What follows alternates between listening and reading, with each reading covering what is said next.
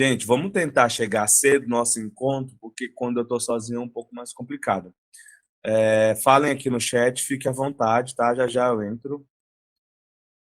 E agora quem for entrar, infelizmente, vai ter que esperar um pouquinho. Bom, quando a gente fala dos 4 vínculos em psicanálise, ou pelo olhar da luz da psicanálise, nós estamos falando do amor. O que é o amor? O amor, para dentro de um olhar subjetivo, ele representa algo que é muito interno do sujeito, que é o desejo, né? Assim como o amor está para o desejo, o ódio também está para o desejo. Se a gente for pegar o amor e o ódio, eles seriam opostos. Vocês conseguem visualizar o amor e o ódio como opostos, né? Todo, toda, todo sujeito, de algum modo, ele vai vivenciar essas experiências. E aí vocês podem trazer para mim, nossa, professor, mas eu nunca tive ódio. Talvez essa palavra ódio seja muito forte. E né? Porque quando a gente fala ódio, a gente representa algo que é muito forte, assim como fosse uma aversão. Mas, na verdade, o amor, ele, ao mesmo tempo, ele é essa aversão desse ódio, esse ódio é a aversão desse amor. Todos nós, desde a infância, no nosso desenvolvimento, desde a infância lá, ainda quando a gente está construindo uma relação com a nossa mãe, de uma forma simbiótica, né? Porque, afinal, nós temos a mãe dentro dessa relação, e aí nós vamos construindo outros vínculos ao longo da nossa vida, mas talvez o amor seja um dos principais vínculos que o sujeito carregue desde a infância, assim como do conhecimento, do reconhecimento e do ódio. Esses 4 vínculos a gente carrega desde a infância. Lá, quando a gente nasce, a gente já começa a construir um afeto. Esse afeto é um afeto de desejo, de estar, de querer, de desejo, que para a psicanálise, para nós, é sexual. Tudo é sexual, né? Mas eu não estou trazendo aqui num olhar sexual propriamente dito do sentido sexo. Sexual do desejo, do prazer, de realização. Então, quando a gente nasce, a gente carrega já ali na nossa formação inicial, a partir das nossas experiências inconscientes, uma, um afeto para alguém. E esse alguém, muitas das vezes, acaba sendo a mãe. Pode ser que esse sujeito, de algum modo, na infância, ele não tenha mãe, né? Nasceu, a mãe faleceu, cada um vai ter uma experiência diferente. Eu trago aqui dentro de uma visão generalista, claro, né? Então, o amor, ele é essa primeira referência de um afeto que o sujeito vai carregar. Então, geralmente, esse sujeito ele vai transferir esse afeto, esse desejo, né, essa pulsão, que é também uma pulsão de vida, para esse outro, que é, muitas das vezes, a mãe.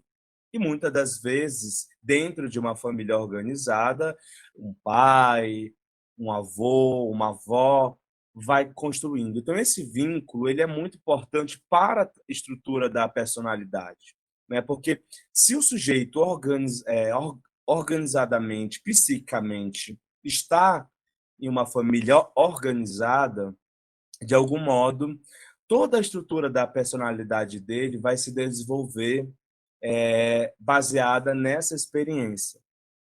Infelizmente, dentro dos padrões sociais, culturais, dentro do modo de vida da sociedade atual, a gente nem sempre consegue ter essa experiência de viver, de crescer numa família organizada, inclusive psiquicamente, né?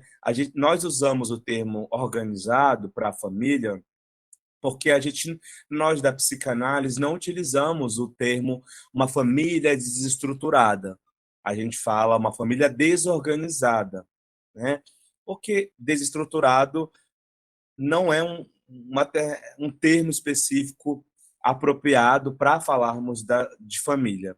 Tá? Então, quando a gente for se referir a família, a gente utiliza muito esse termo organizada ou desorganizada. Então, uma família organizada, ela psicamente organizada, onde tem uma mãe, onde tem um pai, onde tem filhos, onde existe uma família ali, né? Uma família desorganizada é uma família que, de algum modo, tem uma separação de vínculos entre pai, mãe, avô, ou muitas das vezes até a perca de um familiar, que pode ser a mãe, o pai, o irmão, né? Então, isso vai impactar diretamente na formação desse sujeito. Da mesma forma como o amor, a gente vai construir instintivamente a partir de um afeto que a gente vai relacionar a esse outro que tanto nos ama, porque assim, o amor não simplesmente não vai surgir por um acaso. Por que será que a gente passa a amar uma outra pessoa?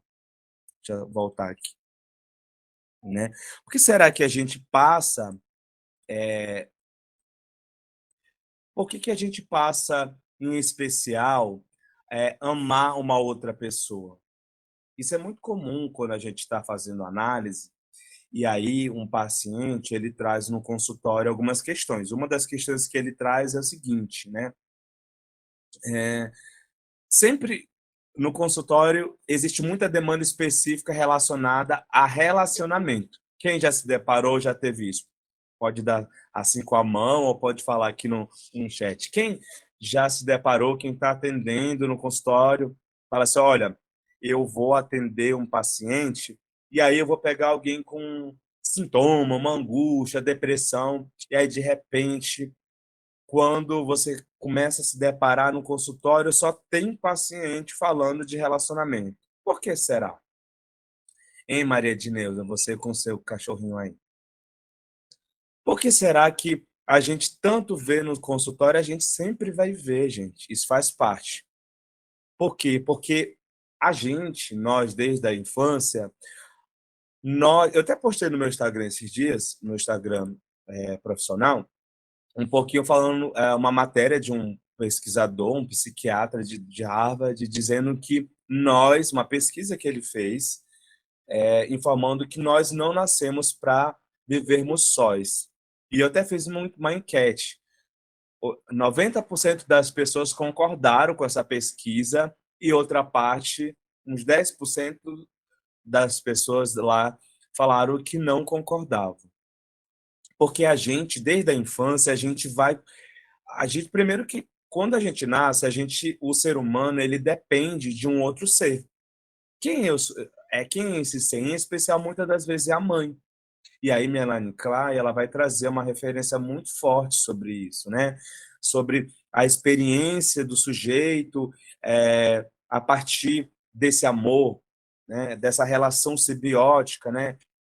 Melanie Klein vai trazer, em especial também, as relações objetais. O objeto de desejo daquele sujeito é a mãe. E quando fala que o objeto de desejo é a mãe, repito, né, para vocês que estão nesse percurso, ou para quem não está estudando, sei que tem várias pessoas aqui que já são psicanalistas, mas como o grupo atende várias pessoas, eu tento ser didático aqui e reexplicar alguns assuntos para vocês, tá bom?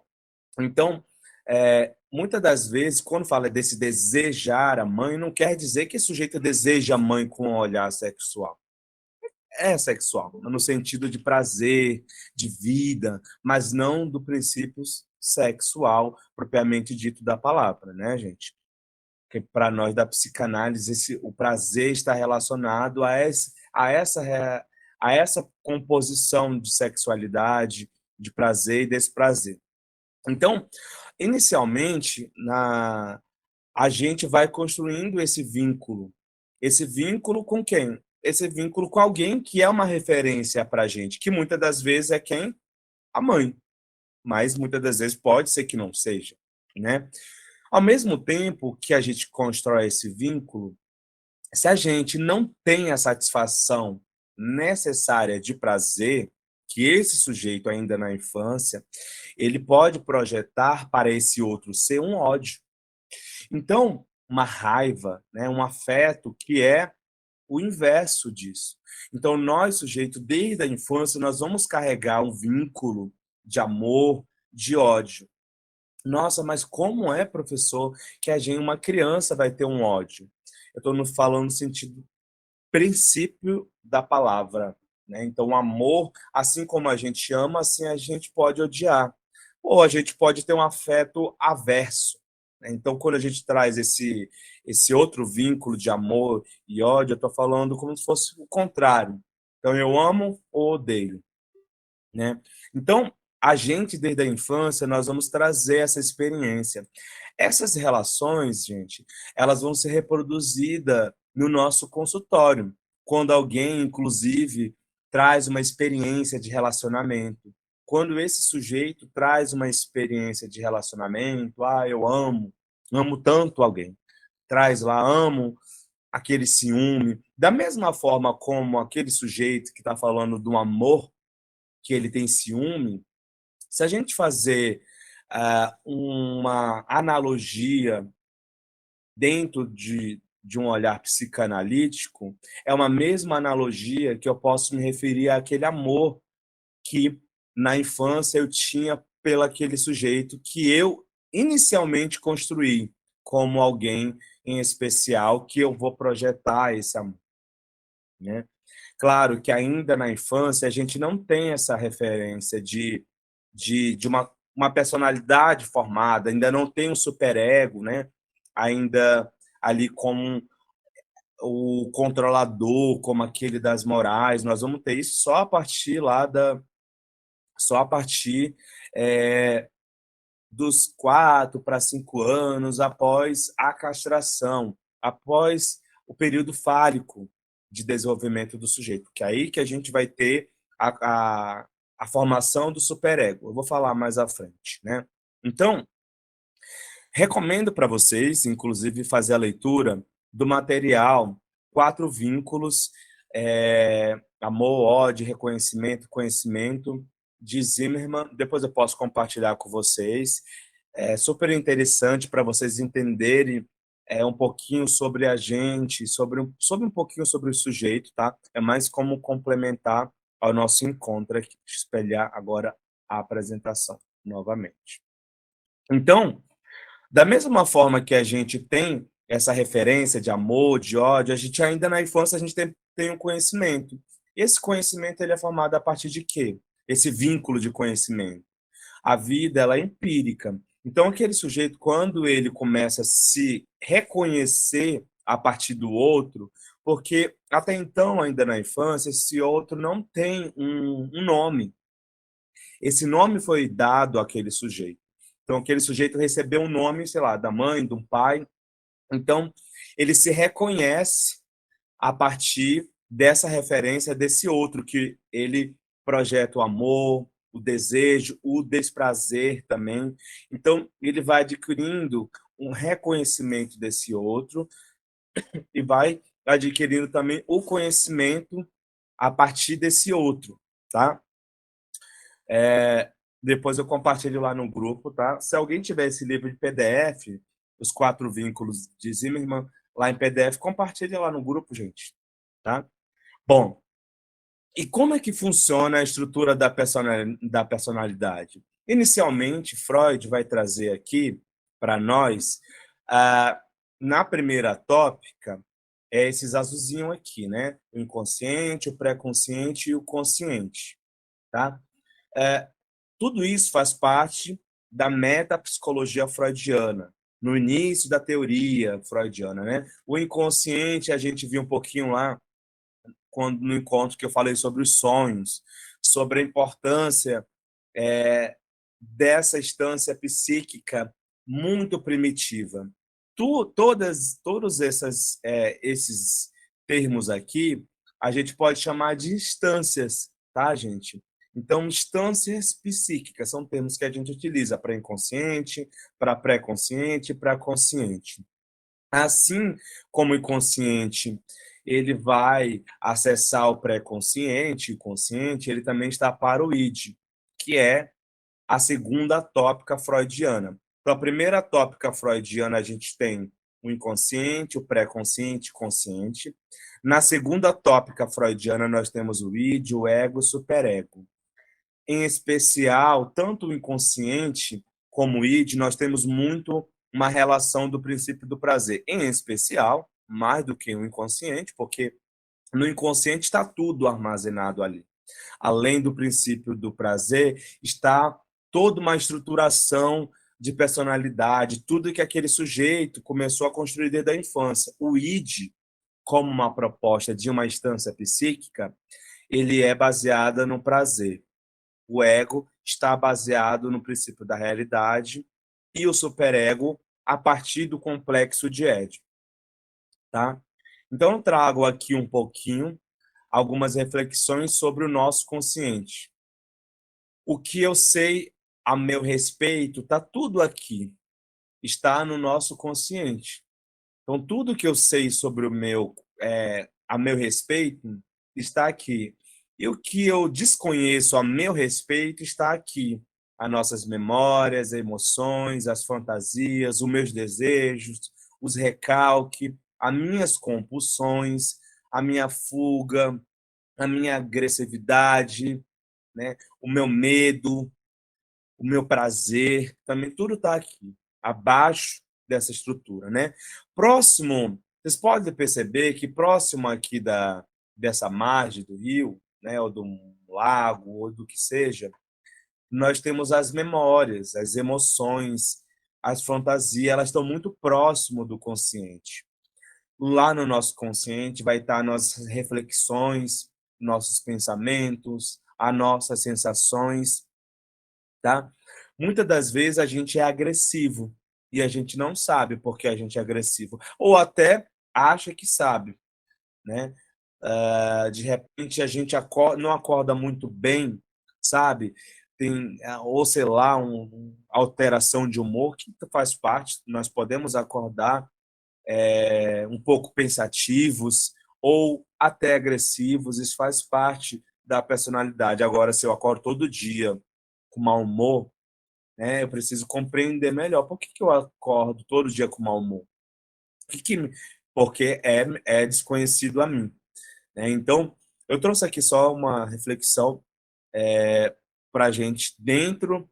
Isso daqui nós estamos falando da primeira tópica freudiana, né? Então, Freud, quando começou a desenvolver isso daqui e trazendo essa imagem, a gente vai trazer um pouco essa reprodução nossa, do consciente, do inconsciente e do pré-consciente, que eu não coloquei aqui, mas que está muito próximo das memórias, das emoções, das fantasias.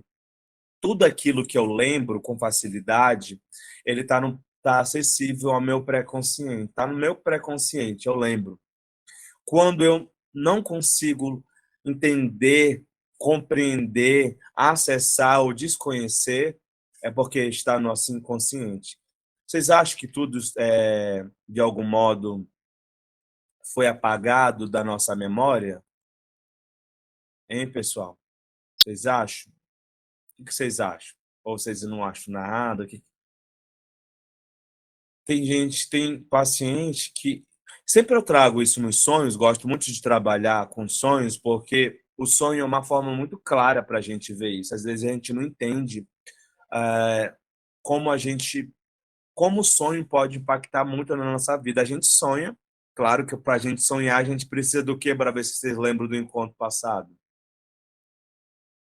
Para a gente sonhar, a gente precisa do quê? O que eu falei no encontro passado? O que é necessário para a gente poder sonhar? Tem gente que fala, eu não sonho, mas o que precisa para sonhar?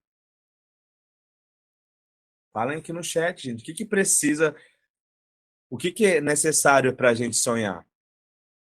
Hein? A higiene do sono, sim. A gente precisa, ou seja, descansar. A gente tem aqueles níveis lá, que são os estágios do sono. Lá no meu manual de técnicas, eu dou várias técnicas, então vale a pena vocês terem acessar também lá, viu? Para vocês conhecerem um pouquinho mais e utilizar. Na próxima edição também eu vou trazer só sobre caso clínico de sonhos, tá? Mas nesse já tem técnicas de como você pode analisar o sonho, inclusive o seu sonho. Depois eu compartilho em um grupo de vocês. A higienização do sono, né? Então, se eu durmo, né, não adianta simplesmente a gente descansar 5 horas que muitas das vezes não é suficiente, tá? A Letícia acabou de avisar que enviou lá no grupo o livro. Isso mesmo, gente. Eu queria que vocês no grupo lá no grupo vocês compartilhassem os livros, compartilhassem essas experiências do que a gente fala aqui. Ah, o grupo é para isso, tá? Fique à vontade para compartilhar esse material. Obrigado, viu, Letícia? Então, voltando aqui, eu trabalho os sonhos porque os sonhos, como eu disse, como um método muito importante para nós da psicanálise, a gente consegue acessar questões muito inconscientes, que muitas das vezes desconhecida pelos pacientes, pelos clientes, nós, por nós mesmos também, né? Então, muitas das vezes, comecem a investigar mais o sonho de vocês, porque daí vocês vão começar a descobrir mais coisas de vocês, inclusive coisas que estão guardadas e que muitas das vezes a gente não consegue falar. Então, eu tinha uma época um supervisionando, eu não posso falar aqui, por princípio ético, e ele trazia assim, professor, eu fiz análise já tem 2 anos e eu nunca consegui falar para o meu analista coisas minhas, internas, porque eu tenho medo de falar para ele, um psicanalista.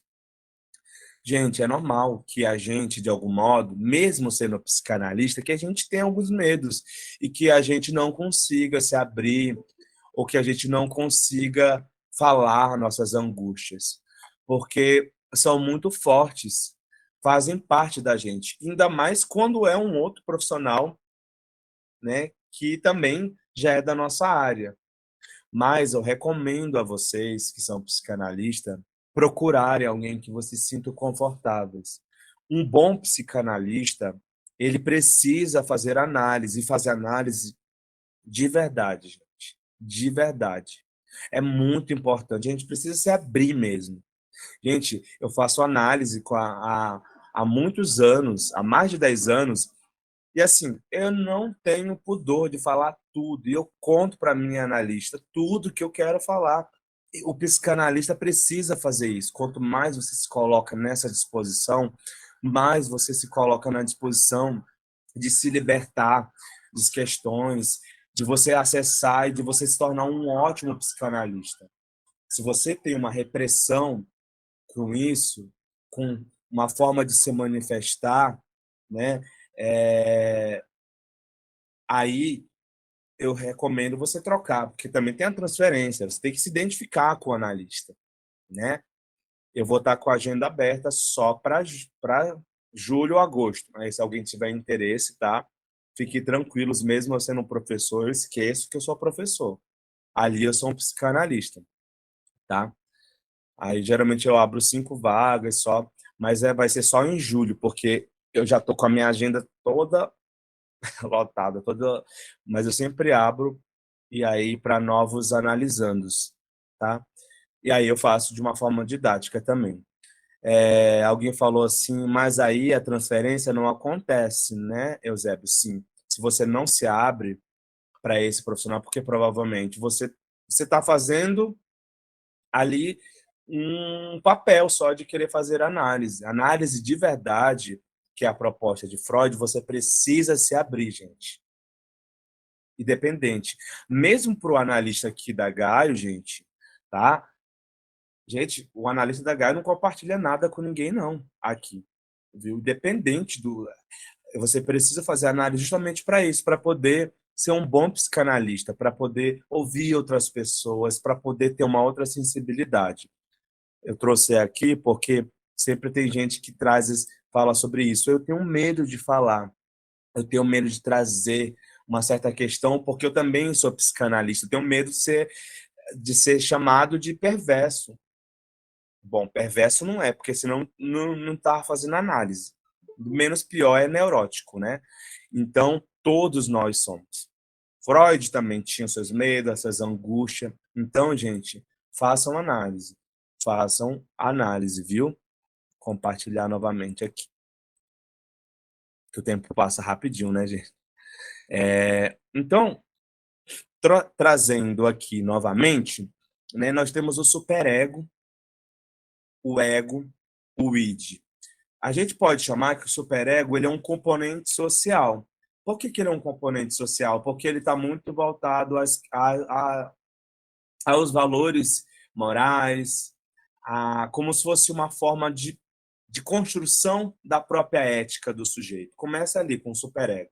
Lá na fase fálica, os meninos, em especial, ele entra na castração e sai da castração com a formação do superego. As mulheres, elas, dentro de uma proposta psicanalítica, por ela não ter o falo, não ter essa referência, ela já tem ela já é como se ela já tivesse nesse processo da identificação dela como mulher, enquanto alguém que não tem essa referência, ela já constrói também esse superego, né? Então, homens e mulheres vão ter experiências distintas dentro dessa experiência, mas ambos, de algum modo, vão passar por essa fase, que é a fase fálica, é a fase de reconhecimento, é a fase que, lá na fase fálica, as meninas, em especial, elas vão se identificar, elas vão entender que ela tem alguma coisa diferente do menino. Quando ela começa a identificar que ela tem algo diferente do menino, ela está construindo, a gente pode associar isso assim, tá? Didaticamente falando, ela já está construindo um superego, porque ela já passou por esse processo, esse meio dessa angústia da castração. O menino também, ele descobre que ele tem um falo e ele utiliza esse falo como uma referência de poder e ele vai relacionar isso, ele vai, de algum modo, o menino, ele vai ver ali o pai como se fosse um rival mesmo, mas não um rival no sentido vou matá-lo, né? É claro que Freud traz uma analogia ali, né? Mas é mais ou menos isso, mas não obrigatoriamente o pai, muitas das vezes pode ser o irmão, porque muitas das vezes esse menino não tem um pai, ou muitas das vezes ele tem como referência o pai e o avô, ou o próprio irmão, ou muitas das vezes ele tem como referência de pai a própria mãe, uma mãe solo, por exemplo. Então, claro que cada família tem uma organização familiar, né? Que é o termo que eu falei para que a gente usa, né? Essa organização familiar de nós sujeitos elas são baseadas, cada um vai ter a sua. Então, o superego é um componente social que vai se formar a partir dessa fase. O ego, que é o princípio da realidade, ela vem um pouquinho antes. Primeiro a gente nasce, nós temos aqui já nasce com o nosso inconsciente se formando, né? E na medida que a gente vai aprendendo, que a gente vai ouvindo, vai escutando, a gente vai armazenando muita informação.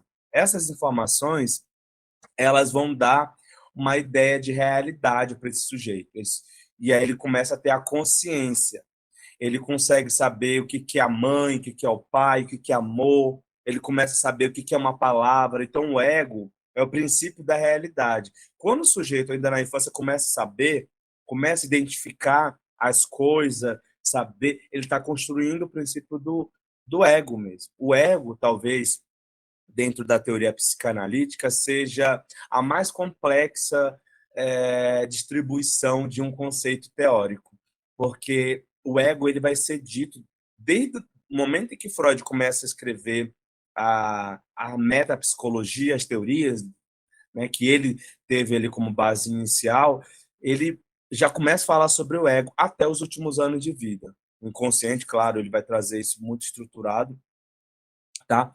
O id, assim como o inconsciente, já também nasce com esse sujeito, né? O id, nós nascemos com essa experiência já, com prazer, a gente sempre quer, né? Inclusive, quando a gente nasce, a gente sempre tem essa referência de querer o prazer. A criança quer o quê, gente? Sempre o prazer, ela sempre quer brincar, ela nunca quer fazer o contrário. Muitas das vezes, quando ela tem já a construção do seu ego, ela começa a entender ali as coisas, e aí ela já vai tendo uma noção. E aí ela passa pela fase fálica, o superego, que vem a moral, a, a arma da personalidade, né, de falar, olha, da rigidez desse sujeito, que aí ele começa a podar aos seus prazeres. Então, ele sabe que ele precisa fazer a atividade, que ele precisa fazer as coisas no dia a dia dele, porque existe um superego ali, né? Então, o inconsciente, para nós sujeitos, vai aparecer dos nossos sonhos, no lapso da fala, na escrita, nos atos falhos, que são os atos falhados, nos xistes, né, nos sintomas diversos expressos pelo corpo, que muitas das vezes não são verbais, e aí a gente pode trazer aqui as doenças psicossomáticas, né? E através dos próprios mecanismos de defesa do ego. O inconsciente, para todos nós, vai aparecer de várias formas.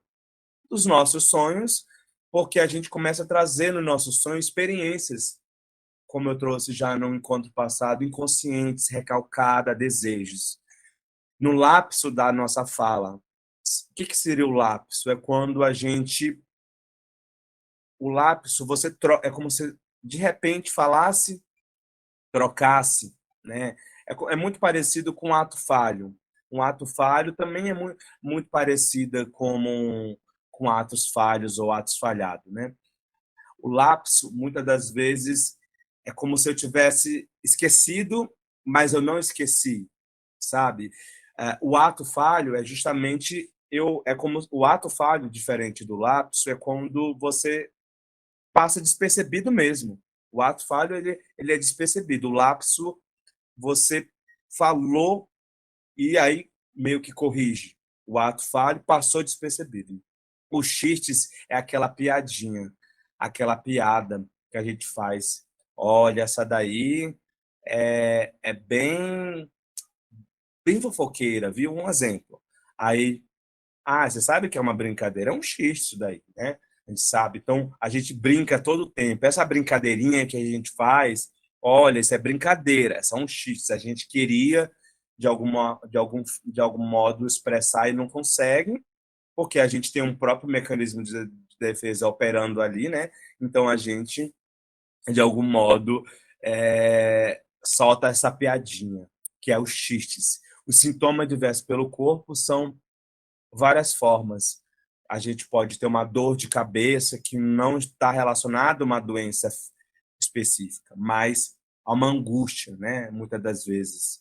Uma doença de pele, muitas das vezes, que eu não tenho uma comprovação específica, simplesmente aconteceu ali e pode ser manifestado através de uma questão inconsciente nossa, né? Uma angústia os mecanismos de defesa do ego que todos nós temos e faz parte da gente.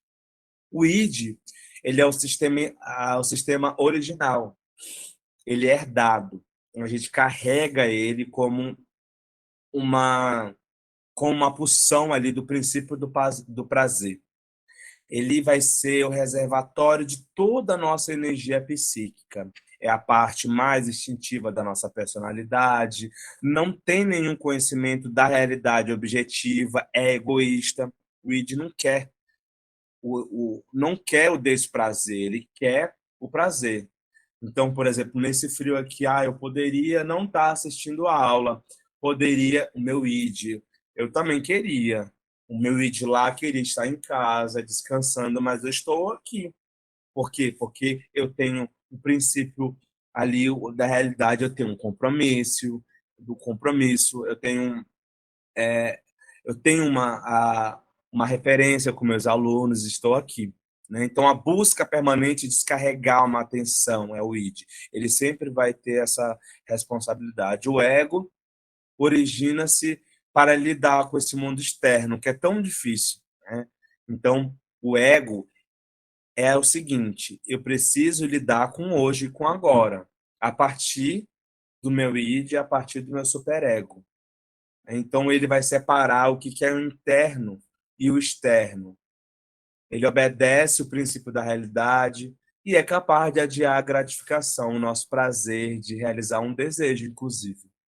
Existem que falam, olha, eu queria muito fazer isso, mas eu não posso, porque eu tenho um objetivo.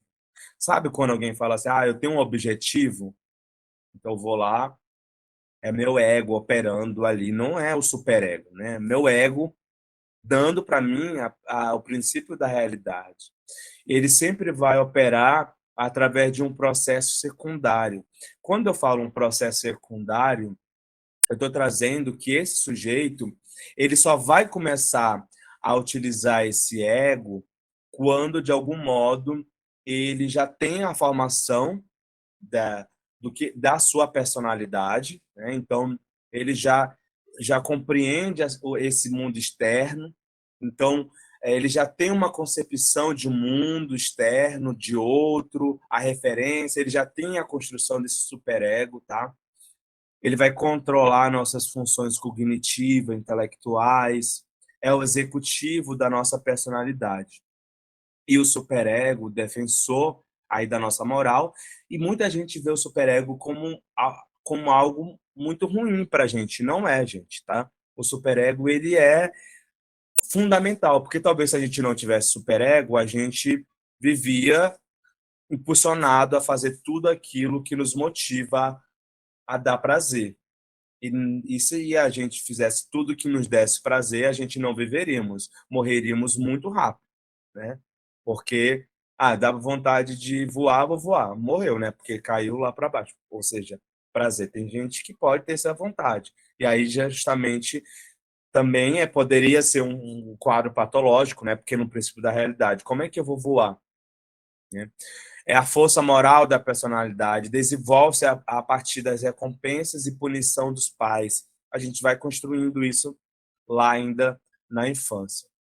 E, em especial, essa estrutura da personalidade, ela vai operar através dos mecanismos de defesa do ego. O que seria os mecanismos de defesa do ego? São estratégia que o ego da gente, que é aquele princípio da realidade, vai encontrar para a gente, muitas das vezes até inconsciente, para proteger a nossa personalidade, tá? Então, uh, os mecanismos de defesa do ego, como é que ele vai operar?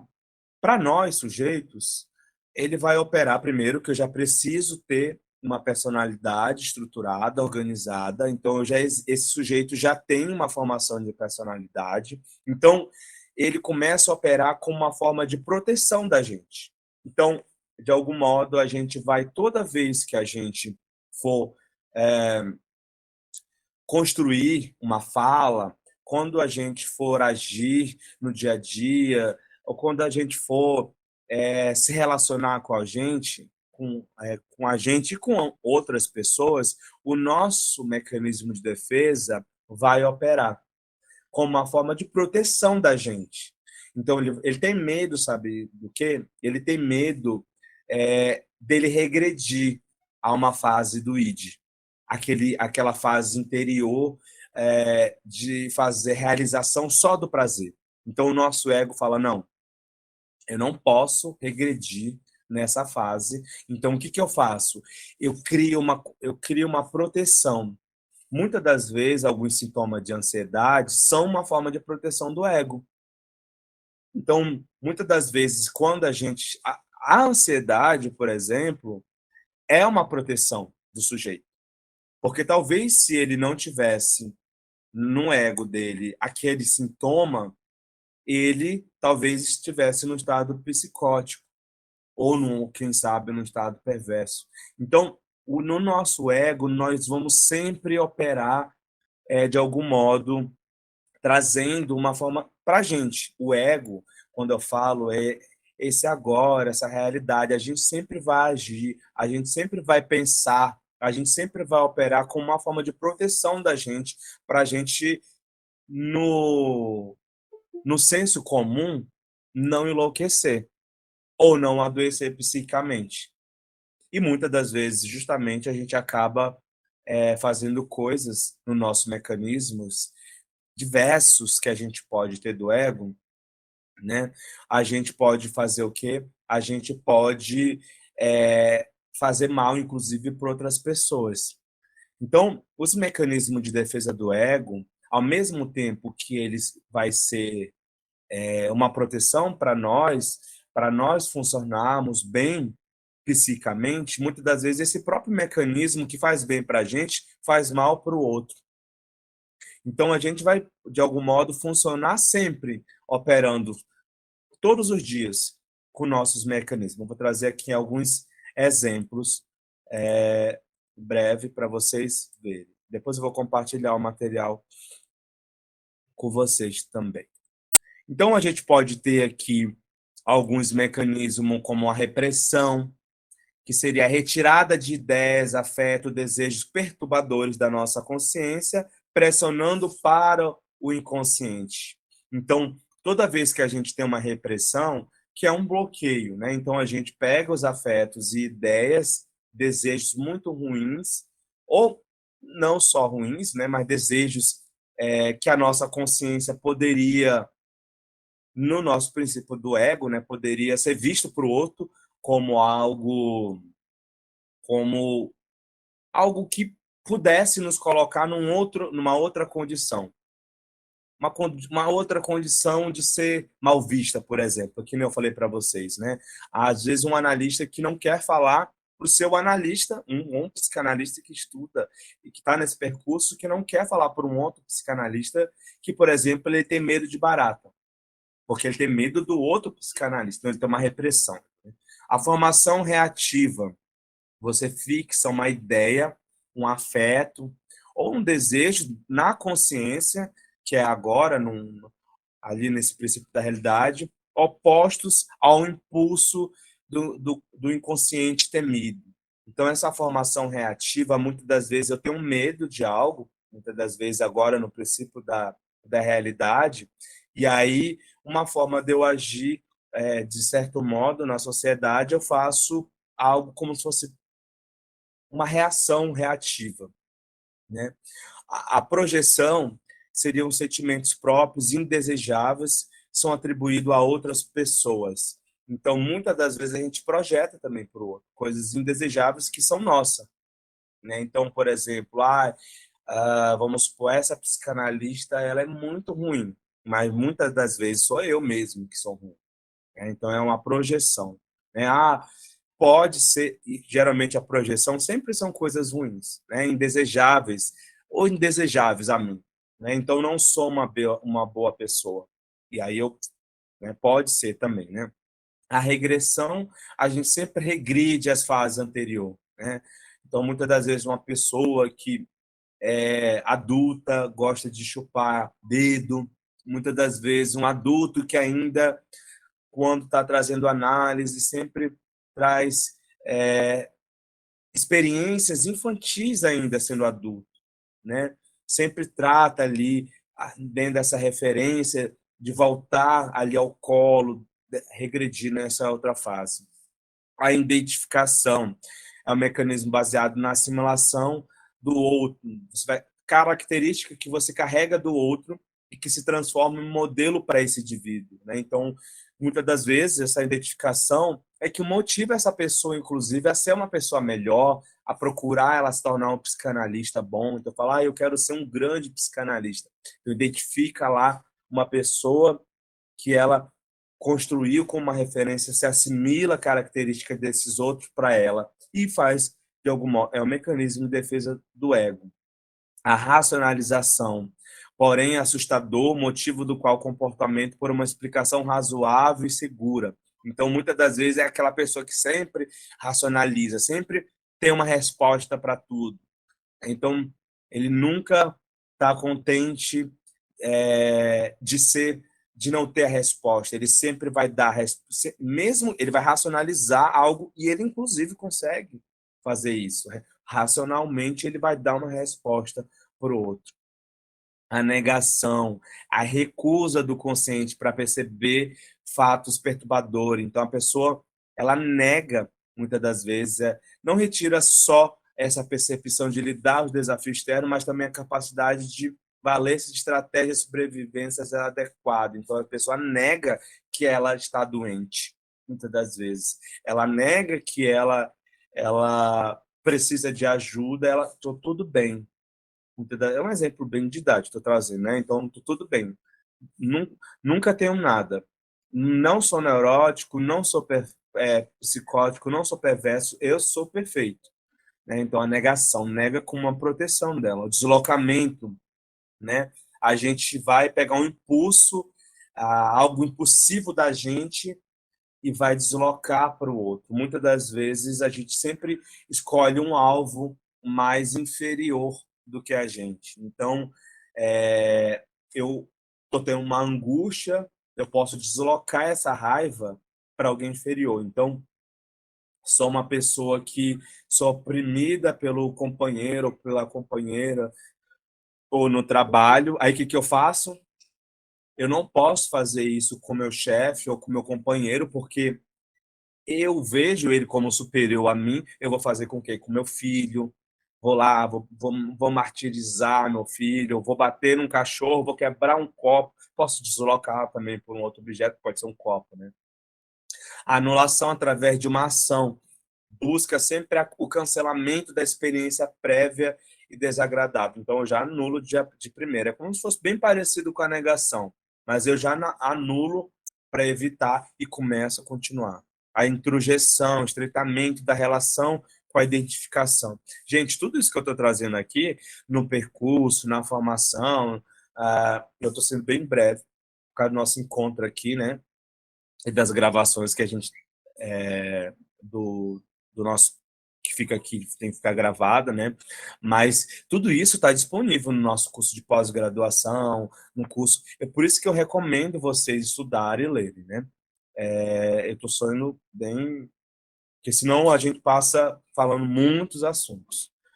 Sublimação, a parte da energia investida nos impulsos sexuais é direcionada à consecução de realização social mente aceitáveis. Por exemplo, muitas das vezes, alguém que poderia sublimar o fato de não usar uma droga, por exemplo, a maconha, e aí fuma cigarro. Alguém que poderia falar demais, né, e aí sublima isso para poder. Uma pessoa que poderia estar fazendo algo para. Poderia ser uma pessoa que falava da vida dos outros, aí falou: em vez de eu falar da vida dos outros, eu vou escrever sobre a vida dos outros, sublimei todo esse mecanismo, né, muitas das vezes, esse artista que pinta pessoas nuas, né, ele está sublimando, muitas das vezes ele poderia, psicamente, estar usando prazer para ficar vendo outras pessoas ou estar fazendo sexo com incontrolavelmente, aí aproveita, pode sublimar isso para a arte, para desenhar, para querer ver pessoas nuas para desenhar, para fazer a arte. Freud falou que talvez a sublimação seja do mecanismo de defesa do ego mais importante para a sociedade, porque talvez se a gente não tivesse esse mecanismo, o mundo estava totalmente pelo avesso, né? Muitas das vezes alguém que e aí muitas das vezes na própria psicanálise, na sessão, a gente pode utilizar muito isso, fazer com que esse sujeito comece a sublimar algumas questões, comece a sublimar muitas das vezes aquele sujeito que traz alguns desejos e aquilo está afetando a vida dele, a gente, na psicanálise, pode ajudar aquele sujeito, trazendo várias associações, explicando para ele e convertendo aquele sentido que pode ser muito ruim para ele em algo sublimar. Muitas das vezes, na análise, a gente consegue fazer isso e funciona muito, né? Então, a sublimação vem muito na fase fálica, onde o sublimado, nas características de profissão, uma forma de realizar o gozo dentro dele da sublimação, se limites. Porque a sublimação, a gente é uma forma da gente se comunicar com esse externo de uma forma aceitável. Muitas das vezes eu poderia, por exemplo, estar fazendo uma coisa bem ruim ou inaceitável para a sociedade, mas estou fazendo uma coisa boa. Poderia ser uma pessoa fofoqueira, mas não. Sou uma pessoa que fala muito e fala bem dos outros, escreve e posso usar isso. Então, a sublimação tem uma grande importância para a gente. E, em especial, a gente, na psicanálise, nas sessões terapêuticas, a gente pode ajudar o nosso paciente, ajudar ele a sublimar. O que você, no, princípio da realidade. Já parou para pensar? Eu estou trazendo aqui um exemplo para vocês, né? Já parou para pensar o que você poderia estar fazendo? Já pensou ou não pensou? Eu não vou dar sugestão para ele fazer, tá? Eu vou trazer uma reflexão. Será que já passou pela sua cabeça em algum momento de você transformar toda essa angústia em uma coisa boa? Como é que você poderia fazer isso? O paciente fica assim, perdido. Mas aí você começa a fazer uma livre associação com ele, falar, falar, trazer, que é ele, nossa, eu poderia, ao invés de eu estar fazendo isso, eu poderia estar fazendo isso. Será? Você vai se sentir bem fazendo isso? Ah, talvez sim. Por que talvez sim? Então ele começa a sublimar, às vezes, uma angústia, uma questão específica.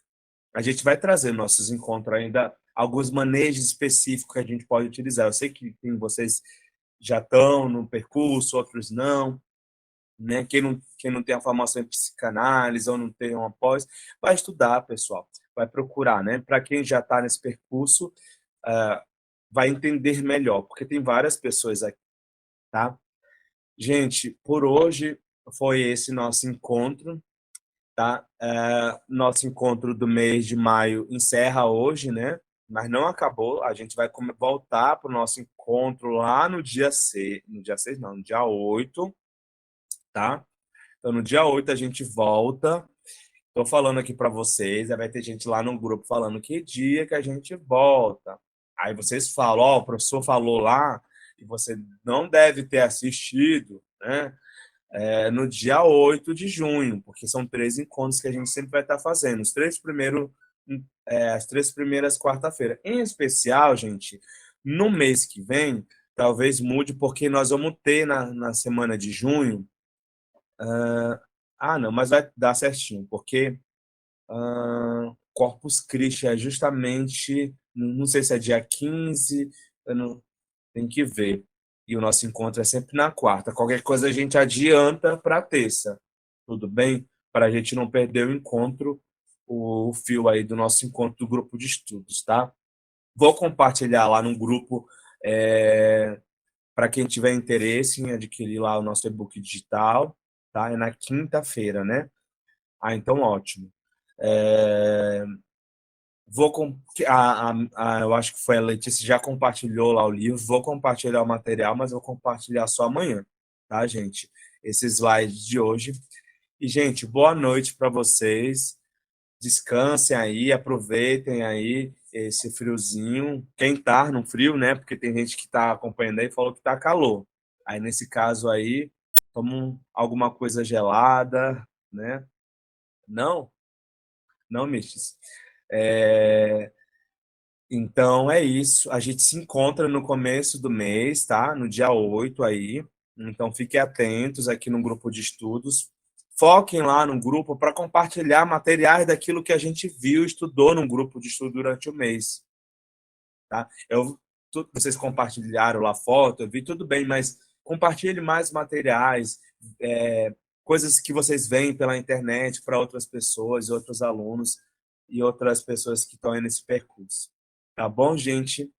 Boa noite aí para vocês, para todos vocês, aí para a Fabíola, para a Letícia, Edneuza, a Maiara, a Renata, a Sara, o Geraldo, o Vanderlei, a Mites, a Fabiana, a Thelma, o Roberto, a Cioli, a Kátia, a Luciana, a Thelma, a Elisete, Claudinei, a Tatiana, a Natiele, a Vanessa, a Luísa, a Luan, a Luciene, a Tânia, a Magu, a Andréia, a Cristiane, o Marcos, a Maria José, a Patrícia, o José Carlos, que veio aqui, né, José Carlos? Acho que essa semana, né? A Isabel, a Ariane, a Messia, a Tânia, todos vocês aí, muito obrigado, Ana Rosa, a Denise, quem mais? Todos, alguém não falou, só colocar a mãozinha aí, a Elisângela, a Letícia, que eu acabei de falar, né? A Cristina, a Ana Terra. Legal esse negócio da mãozinha, né? Que daí é bom que a gente ver que eu não chamei. Então é isso, gente. Boa noite para vocês, tá? Fiquem bem aí. E a gente se encontra aí, viu, Claudinei? No próximo encontro aí no começo de junho. Tá bom, gente? Boa noite e até breve.